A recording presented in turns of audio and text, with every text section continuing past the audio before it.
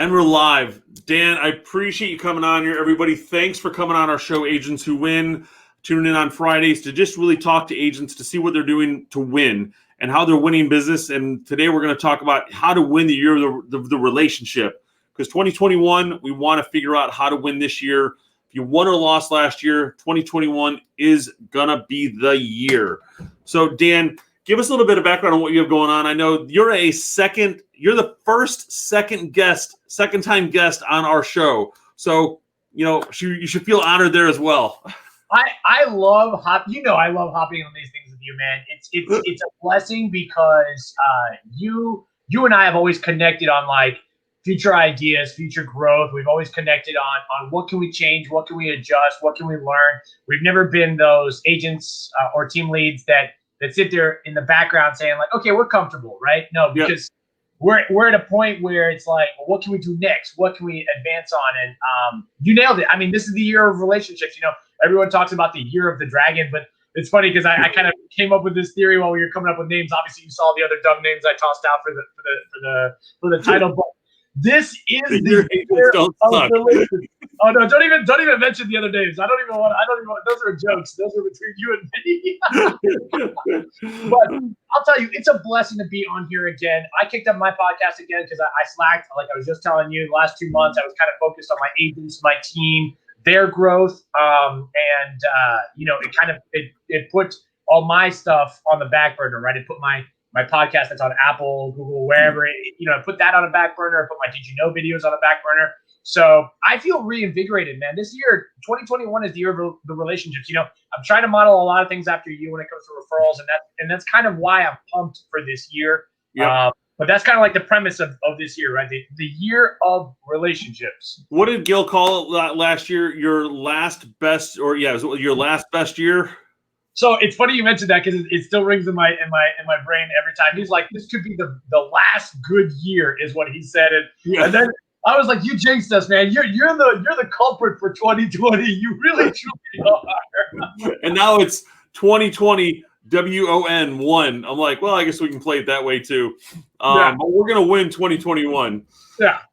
So there's a lot going on, right? I mean, there's a ton of different things going on, and my premise behind the year of the relationship, Todd, it's kind of stems from what you've been doing all along, right? The referrals, the whole nurturing your database, your audience, all that, and taking it to the next level. And I realized this year is going to be a year where I kind of focus on different things, right? So to manage a team this size, I gotta prioritize them, right? And which means my business is gonna take a toll. But I kind of figured out some things along the way, and some of the things I plan on doing is really picking and choosing my clients instead of the opposite way around.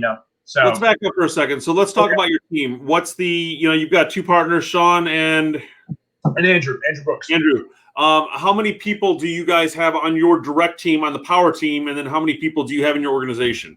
So on the direct, we just started a new direct leads team, and we have 6 on that one. I'm starting a second leads team. I'll have 4 on that one, and then our total organization is a 149 as of this morning because somebody came back. So okay. So let's talk about the leads teams. Why do you have 2 different leads teams? What's the idea there, and what type of leads are they getting? So one of the leads teams, the one that's running currently right now, we're working with a company with some guys that split off from Zillow. And they're actually doing paid Google ads. So they're doing pay-per-click ads on Google directed for us. We're still in the first month and a half of trial, so that's how they're getting their leads. It's primarily buyers, and occasionally we might get a seller or 2. But that's kind of like the big premise of it is just starting to kick off the leads teams. And the reason is because our time is becoming more limited. That's kind of why we're doing these whole teams. I was just referencing the fact that this year I'm going to be picking my clients. And it's because I have to prioritize some clients. Like I've got some long-standing friends of mine that I've known for over a decade, maybe almost 2 decades, where those are where my interests are going to lie and my bigger, heavier hitters. But that doesn't mean I want to let go of any of my business or my other clients. So that's another reason why we're having this. I'm starting the second leads team is to be able to kind of nurture and take over the rest of our clients in that manner. I want to make sure that nobody slips through the cracks. But it dawned on me last year, halfway through. I had a situation, right? I had a situation where I think it was like 16 or 17 pending. I hired a transaction coordinator, and I still didn't have enough time to dedicate it to every client. It was my first time ever really experiencing that, And I had a client literally tell me in a text, was like, hey, we loved you. You were great. But we noticed you just didn't have a lot of time for us. When you were on showings, you were still on the phone. When we try to put in this, you kind of prioritize other people. And I said, you're absolutely right. I just didn't have the time for you because out of everything, you were deal number 20, right? You were deal number 25. And you're absolutely right. And so I don't want anybody to feel that way this year. So that's kind of another reason why we've been leaning towards the leads teams to be able to kind of just make sure that everyone's taken care of. Right. And it's hard to give up your personal business because, I mean, my business personally is solely personal referral. And I had my best year last year in 20 years, closing just at $28 million and 68 or 70 deals. And, it was all personal referral. Now, this year I've gotten quite a few more in. Obviously, it's been good. And I've handed some off to some of my team to handle because I'm trying to work my team and work my business and work on the business as I didn't last year. And so we've had a lot of growth in the fourth quarter where we've doubled the size of our team and strategically aligned certain people within the team to help grow where I'm not inundated with one-on-ones and I can help them grow who can then help the rest of the team grow. So your second lead, relationships. It right? is, yes, the key relationships. So your second leads teams, are they strictly just opportunities that you're going to give them, or do you have them on like Facebook or Zillow or something? A little bit of both. So the second team is going to be more dedicated to listings. We've been working on a lot of. We have multiple sources. It's strange because the budget stays finite every month. However, where the budget gets allocated to changes like every month, right? So if we see that one automatically is giving us a better ROI than the other, we just can shift $500 here, $1,500 there. So that one's going to be primarily a listings team plus my extra business, right? So that one right now we're kicking off with about 1,000 leads right off the rip. Okay. So that one's going to be, these guys are going to be, I'm calling it the elite, right? So the power team elite. These guys are going to be some of my savage handpicked. This isn't going to be anybody. This isn't just anybody because I'm also handing my referrals, like you said. It's not like I'm in my personal business and being like, oh, anybody can handle this. Me, I'm just like you, very particular, very, very detailed when it comes to protecting my clients. And I got to make sure that these kids are doing the same thing. So I've got one right now that he's for sure starting today. He just joined back on as the kid's a savage, and I love him to death. His name is Pedro. And he's just like me, and he's so meticulous, man. It's crazy. Some of the things he says, I'm just like, man, I love it. I'll alter it a little bit, adjust a little bit what you said there, but he's really good at what he does, man. And he really cares about his clients. So he's my first draft pick for the elite, and I've got 3 more spots that I'm going to be lining up because I plan to get to 6 on that team, but right now I want to start with 4. I want to make sure that these kids are making $100,000 a year. I don't want them making any less. So that's kind of my goal for this team, and that's really what I'm hoping for. So, no, it's awesome. Now, what can you share your secret of what I know you're doing Google pay-per-click, and there's some other Google stuff we'll talk about after that I think you guys should check out. But there's some hidden stuff in the background that I don't want to mention on air. But we may come to the show with it on another episode after we get it rolling and know how well it's working. Okay. But what are you doing on the listing side? Are you doing strictly listing lead generation? Those 1,000 opportunities that you're giving them, where did those come from?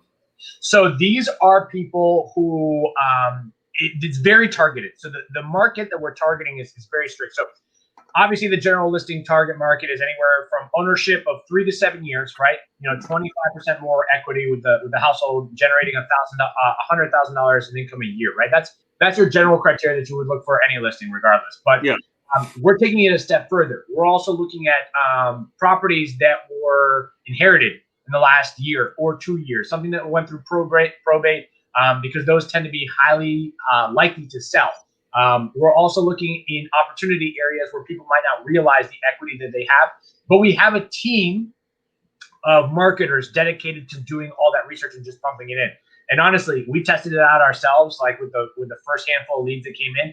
Every single one turned into an opportunity for a client. Nice. I mean, 100%. It was unreal the amount of opportunity that was just sitting there for people to just do it. And it's crazy because we're using some of the same tactics that wholesalers are using. Yeah. And in reality, it's unbelievable, because originally the intent was to grab a lot of wholesale deals, but obviously everybody's looking to maximize the profit on their homes. So we just took it and converted it to listings, and I said, let's keep pushing it in this direction, and it just worked. So it's funny because I just had the same conversation with one of my team members who came into us as a Google specialist, because his other company he worked with, he spoke Google over there. And so he comes in, we're in the interview, and he goes, here, do this. Go type Orlando Realtor. Let's see what pops up. And I wanted to show you what I did for them. And I was like, that's pretty freaking cool. So now I actually had him on a mastermind call yesterday with some of my peers that are across the country, and he was teaching them about this opportunity.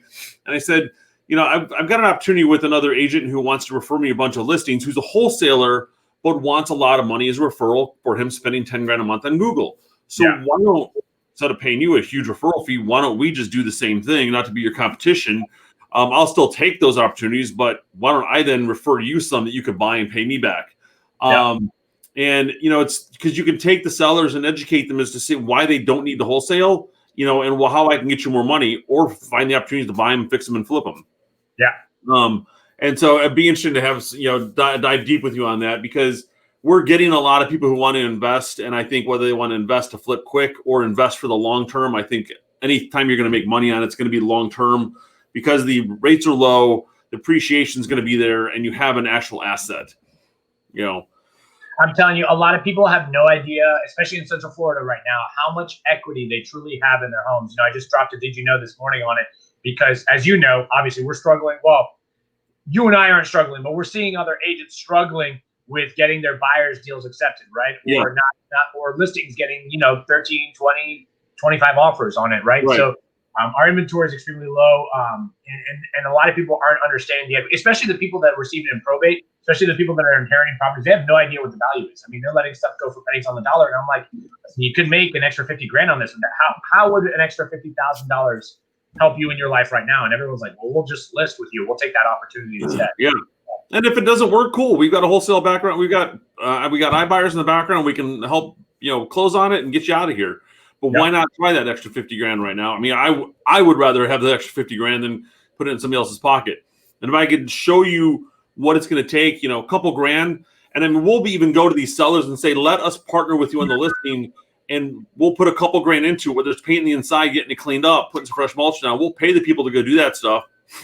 I'm telling you that not just the year of relationships, but the year of partnerships, right? And to take that further, exactly what you're saying is some of the things that we're doing, not just with our clients, but we're also doing it with other agents. We're also doing it with other teams. It's basically a lot of partnerships. Like I never expected to be in business with this many people at the same time. I mean, right. I'm sure you have the same thing. People are just coming to us with opportunities, being like, hey, Dan, we're going to do this, this, and this. Can you help us with this? And I'm like, all right, so what's the plan? They're like, well, we're just going to partner with you, go 50-50 on this. And I was like, okay, so what do you need from me? And then it's funny because it's like out of nowhere, now you have a new business, right? And I'm sitting here on business number like 7, and it's the 20th. Well, I'm sorry, it's the 22nd.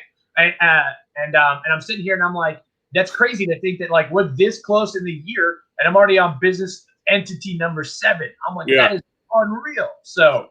Well, and you found a system you can repeat in other areas. So I've got a partner now in Jacksonville. So I want to figure out, now that we've got some things we're working on in the background that will be implemented in the next couple of weeks. So once we get it online, cool. I want to take it to Jacksonville. I want to take it to Daytona, where we've got an office there. I want to take it to Tampa or Lakeland, as we can expand that corridor.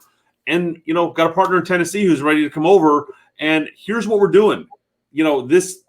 I'll give you an open book of like, let's set this up. So why not? I mean, it's, you've got the plan, it's working. So let me throw some cash at it and get it running. And help build the call it expansion team, whatever you want to do. Mm-hmm. But, that's why I say it's like we sit down and collaborate and we do all these things. Well, I'm learning stuff now on this call that I can now put into my business and, the ideas. So, it definitely works. It's crazy to think of the opportunities and the tools that are out there. And, and one of the reasons why I really thought of relationships was because, what just happened in the last week or so with Zillow, right? So, everybody panicked. I mean, legitimately. I mean, our industry, half the industry freaked out. Their previous sales were gone or half were deleted, and all their clients' previous reviews were gone. I think this industry, a lot of them, they put all their eggs in one basket, and it was Zillow.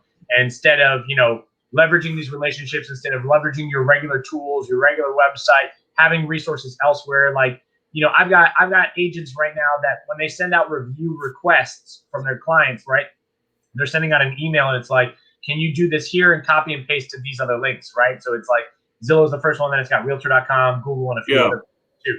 And I'm telling you, I didn't even sweat it. I was just like, I have 0 client reviews on Zillow because it's not something I focus on. Because I know that my referral business is like this. Hey, I'm helping this client with this deal, or I've already closed the deal with them in the last 2 years. And they sit there and they're like, hey, I've got so-and-so for you. They're not going and saying, hey, go to Dan's Zillow profile and look at his reviews and you're going to love them. No, my family and friends are directly putting me in Facebook Messenger threads, in text message threads with the referral. Hey, you're in great hands. This is Dan. He did this, this, and this for us. And we're currently working with him on this. He's your go-to guy. And I'm like, how could I ask for anything better, right? A Zillow client pass review can't compare to that, right?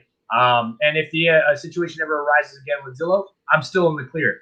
And that's why I'm saying this is the year of relationships, because I know you're in the same boat too. You've got reviews all over the place. Sean Romano does it a great way. I'm sure you've seen it. And I urged a lot of people to actually do what he's been doing for quite some time. He puts together this little snippet video reel, because what he does is he'll take his phone camera or his regular camera that he's got, and he'll do video clips along the process, right? And at the end, it takes him about like 30 minutes to actually put the whole video together. And it's crazy because he gets the majority of the footage at the closing and at the walkthrough, right? And celebration. And then he just puts it together because it's nice for the client to be able to reflect. It's almost like, our wedding video, right? We see it every year, and we go through it and we're like, that was a great memory. And now you've got these clients who have these videos who have the same thing, and it's a memory on their Facebook or their Instagram or wherever it is. Every year it pops up on this day in 2018, on this day in 2019. And I told people, I was like, you really want to grab their attention. You really want to hold on to that relationship. Do something like that. It's very simple and it takes 2 seconds. Well, you're grabbing all that footage along the way, and I think it's, Facebook memories, for example. Whoever's on Facebook still and hasn't gone to Clubhouse or Parlor or whatever the hell the new app is that everyone's moving to, but you post, and if you do become friends with them on Facebook and you post the video of the journey, people are going to see that. And 1 year from now, we typically will mail our clients a small plant. It's just like, we call it a home anniversary plant, and a happy home anniversary, etc. And we actually get referrals because of that. And so, what am I trying to say? So when you post it on Facebook and tag them, congrats on the closing, et cetera, with that video, hopefully in a year, it's going to pop up on your Facebook memories. Hey, so-and-so, remember this, and have it start all over again. So, ways to do that. Now, I do video, but I don't sit there and geek out on the Insight and other apps, because I just don't, I want to figure it out, but I guess I'm let someone else do it. But I think it's cool. Like Don in the office, he does that stuff, and he sends those videos to the clients, and they love it. And he went to a client party, and they're like, oh, you're the video guy. You're the video realtor. So he's known as the video realtor around a bunch of doctors that now are going to buy some property. So Don is a prime example of just like taking the initiative and the bull by the horns when it comes to the video thing, man. He's really, really fine tuning that in his YouTube channel and his video opportunities there. And I'll tell you, it's not that difficult anymore, because the belief that your production has to be top notch versus just a handheld video camera, right? Right. The right here. That's it. Mindset, right here. That's all you need, right there. That's all you need. I actually bought yesterday. It's a rear view camera mount, right? Because I used to do the videos from my Jeep Grand Cherokee, but I got rid of that, and it was a suction mount to the windshield. But the gumminess would always, here in Florida, it just melts. So after a while, so I got the rear view mount now. But it's funny because it's like, yesterday I'm having a conversation with a lender, and he says to me, what camera are you using for that? I was like, bro, it's this right here. It's literally my phone. I put it on the mount, I hit record, and I go from there.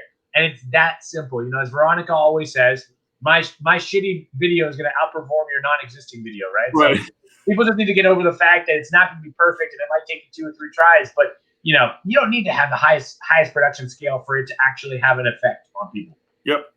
No, and that's it's just a lot of just doing it. So relationships with agents, that's a key one I want to talk on. You know, I've got 20 years being in the business. We've been invited to a lot of different conferences, and I go to the conventions because I get to meet out-of-state people. You know, that's where I've built relationships, and especially being in Florida, we get a lot of inbound referrals. Not everybody moves out of the state; they all move into the state. So when they think of Orlando, they think of Todd. And so, how do you find those relationships? Now, you've been around a lot shorter time, and you're getting a lot of inbound referrals. So, how are you finding those relationships? So, some of the stuff is just coming to me directly because of what I'm doing on social media, right? Okay. Because I'm posting these videos, the client relation videos, because I'm posting the awards that we're getting, because I'm posting, you know, these Did You Know informationals here about Central Florida, right? And I'm staying top of mind. Realistically, that is the number one referral generator I have right now, is staying top of mind because of social media. Because I'll tell you, my mom's cousin is a realtor in South Florida. She's been doing it for like 20, 25 years, right? And she reached out to me and she said, hey, do you do commercial as well? I said, absolutely. She goes, I've got clients for you here.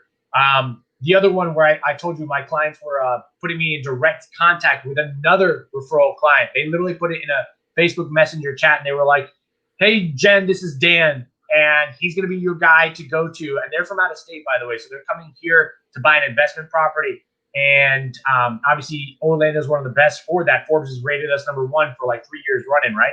So that happened to be because I'm top of mind for those clients because I'm always serving them, right? So realistically, these relationships with other agents, some of them are clients, some of them are agents. But when it comes to agent reach, it's very simple. You do this all the time, right? I have this theory, and it's just give, and give some more, right? And that's where it comes into play, where it comes to being selfless, right? So you're just serving other folks, other agents, because as we grow with our community, as we grow in the mindset of transparency, right? When it comes to our tactics and our beliefs and our systems, right? Other agents are going to start pulling in that information. They're going to start saying to themselves, well, look, how can I do what Todd's doing? How can I do what Dan's doing? And in reality, the more content you're putting out there when it comes to tips and tricks, the more you're going to get back, right? So like, for example, the Zillow situation that occurred, right? I put out a video that I told people, I said, listen, stop panicking. I was like, your mindset's wrong. It's true. You're worried on the least important thing about what you should be doing on a daily basis. I was like, you are literally worrying about nothing, absolutely nothing. Yeah. And they created more noise because of that. People are talking about them, so there was so much drama and gossip about it. And best time to do it on a 3-day weekend. Oh my Lord! But I told people, what I said in that Did You Know video, I was like, I literally started this. I start my videos all the same. Hey folks, it's Dan Rojas here with another Did You Know segment. And I said, this one's for my agents and fellow brokers out there. And I said, stop worrying about that. Your mindset's completely wrong, and you're gonna miss the point. You're sitting there, like you said, drawing more attention to Zillow, because what agents, I saw a ton of agents do this, right? They went on and they were like, don't use Zillow, don't do this. Zillow's the demon. And I'm like, bro, all you're doing is creating a better algorithm for Zillow to get searched, right? You're creating a mindset of clients going like, well, what's wrong with Zillow? What's going on with Zillow? Oh, let me go on Zillow. Oh, I want to buy a home now. Oh, I've got a different agent, right? Yeah. So all you're doing is perpetuating your own demise, right? So the thing was mindset, right? And when it comes to other agents, so I put out that content. I had several agents reach out to me after that, right? And they were like, well, what are you doing? What are you doing to separate? I said, simple, man. I've got my KB4 website. I've got my Google page. I've got my Facebook page. That's where I have all my other stuff, right? And if one goes down, I've got 8 more, right? So, all these platforms are getting kicked off the App Store and the Google Play Store. And it's funny, I had this conversation with my business partners, right? Because we have WhatsApp, and there were some people that got kicked off because they didn't accept the privacy settings, right? And it was like, well, that's not our only form of communication with our agents. And we do that intentionally. We intentionally leave lots of lines of communication open with not just our agents, but with our clients. So we don't put all our eggs in one basket. We don't put all our money in one place. And that's kind of where it's at. But when it comes to the agents and the reach, I'll tell you, it's really just about these kinds of conversations, right? How can we help each other and grow better as an industry? Because if we don't, then yes, the conversation will arise of like, how did Zillow take over, right? If we don't band together at some point and start sharing all of our tactics and seeing how we can adjust and improve upon ourselves, then yeah, we're giving them the opportunity. Well, I laughed because I had to step out because who was calling us? My Zillow rep. And I got her talking to Rachel to dive into the questions. I sent her an email the other day and I said, I know you're getting 1,000 calls right now, but I'm just, not curious about where my reviews are still there. My 5 million sales have turned into 4 sales in the last 12 months. But what happened, the marketing is gone. There's, it has my information on my listings, but there's no phone number. Why is that? It was there before. The advertising I do with the other agents that are grouped, it usually had 3 agents with their phone numbers. Now it has partner agents down at the bottom. You have to click to then go to the second step. No one's going to do that. So they're going to push to go back to Zillow. And we do a Zillow spend. I mean, we have it as a small portion of our marketing. They are good quality things that come in, and it's a higher cost per closing, but they're closing a lot faster. And so I have it as part of our budget, but we're trying to move to other platforms, like diving in a lot more to the multiple sources of Google and Facebook. We've always been doing it the last 10 years. So it's like, if we can start getting Google to pay off, fine. I'm going to get out of Zillow and I'm just going to put all of our eggs in one basket. Now I know friends. We have a mutual friend who does a lot of Zillow.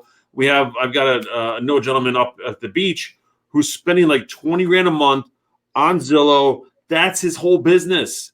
When that's your whole business and you don't pivot, holy crap. I mean, I'm going to be out of business. My team's going to be like, yeah, you're still feeding the horse. It's like cutting your feet off, whatever you want to call it.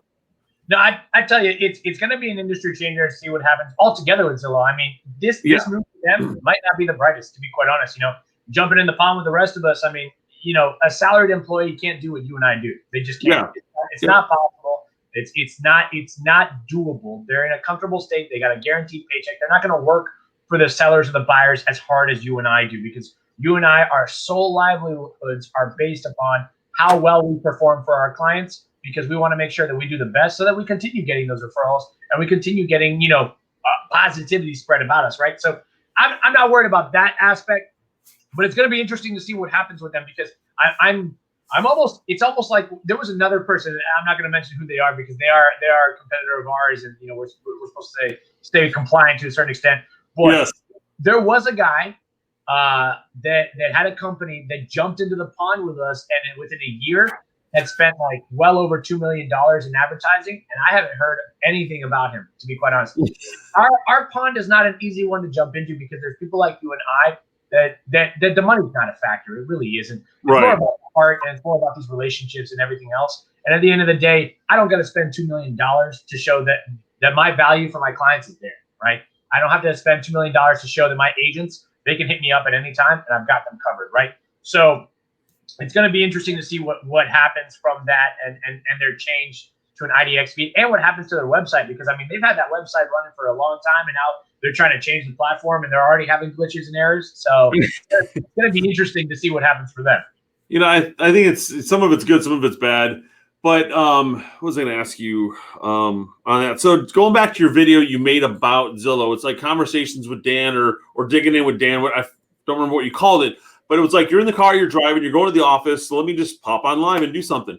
You're posting that in pages that we're all the same group. So, but what's happening is you're posting it, and it's not just Facebook on my personal page. You're taking it and sharing it to the Alliance. You're sharing it to the Honey Badgers. You're sharing it to wherever. So agents out of the area are going to see Dan again. They're going to see Dan again. And because you keep doing that, it's going to keep creating value, and they see that you're actually doing something. So like I have this Agents Who Win group. It's a private group. It's people we've invited in, or have people who have found us and we've selected to have them come into the group to hear our content we're providing. Now, so I need to create those videos, drop that in. Instead of me going live once a week or twice a week now, I need to drop those content videos in here, and people will find it more. So it's funny because it works. It works. It's so funny how when you are giving information and giving value to other people, it always comes back in turn. I always tell people, I'm like, listen, you start living your life knowing that you're just giving value to other people, whether it's agents, clients, whoever. It's going to come back tenfold. You just have to be patient, right? Or you have to give the right value. like you just said, when I take these videos, an informative video, telling people it's your mindset, don't stress about things like Zillow and what just occurred, just keep doing you, but grow in a certain manner. What I do is I put it, like you said, on my business page, Facebook, Instagram, wherever, Twitter. And then I go ahead and I share the video link from Facebook into all of our private groups. Now, here's what happens. Like you said, our network across the globe of the Honey Badger Nation and all these other guys, they see it. And what do they think? They think Dan's giving us some good advice. We should probably breathe, not freak out so much. And then what ends up happening is that they start thinking like, well, Dan's the authority down in Central Florida. So next time we've got a referral, boom, Dan's our guy. Right. And that is exactly what has happened in the last year and a half. I mean, we talk about Vincent Koo and Koo York, right? I mean, I take referrals from them all day, right? And it's because for some reason, I guess I'm still top of mind for them.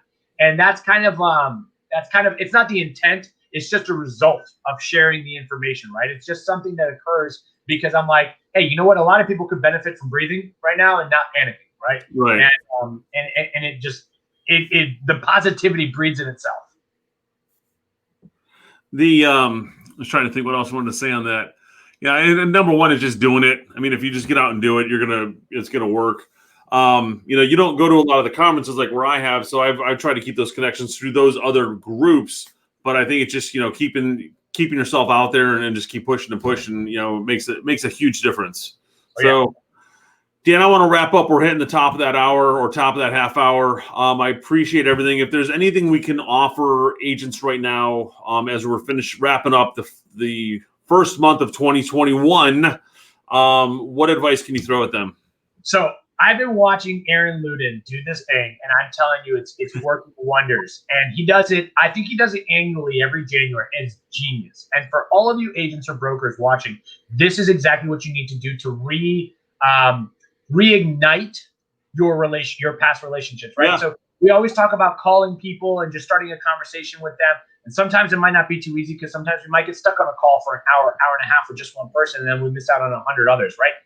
Aaron's doing this thing right now, and it's genius, right? And anybody can do this right now. What he's doing is he's going to Facebook and he's saying, on this day in 2018, on this day in 2017, he's going to his previous posts and he's re-commenting on them, and they're popping up in everyone's newsfeed.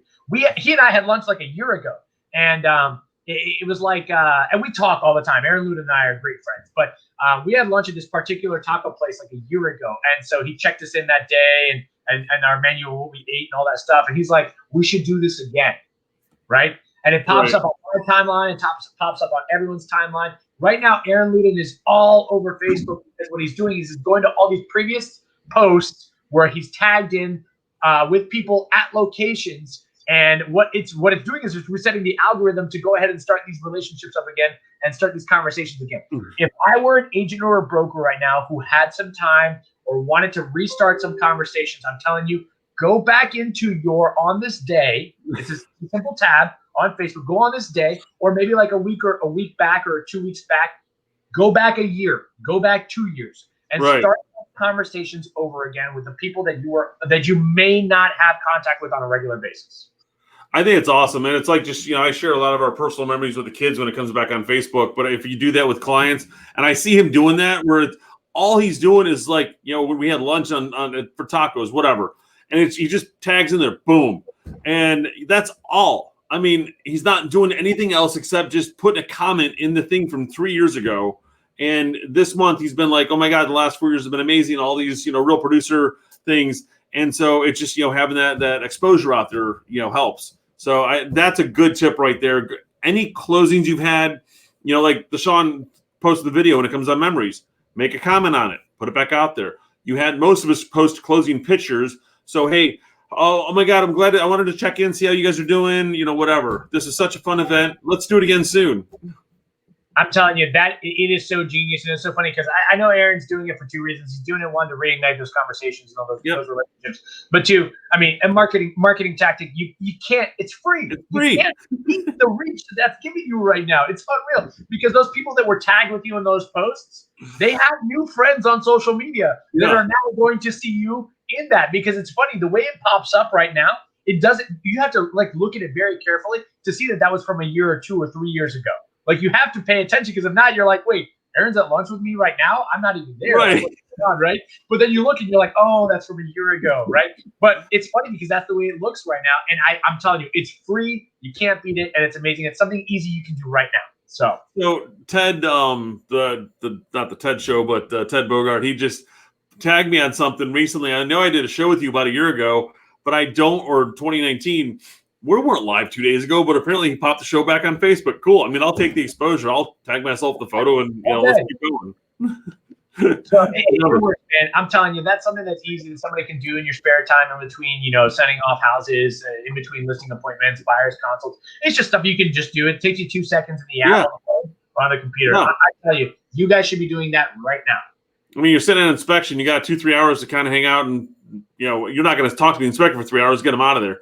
That's the time to work on that stuff because it could all be done from your cell phone. So perfect advice. Whether it's 1 or 2 things, that's the number one you want to take out of there. Reignite old relationships through social because it's the cheapest form of advertising you can do.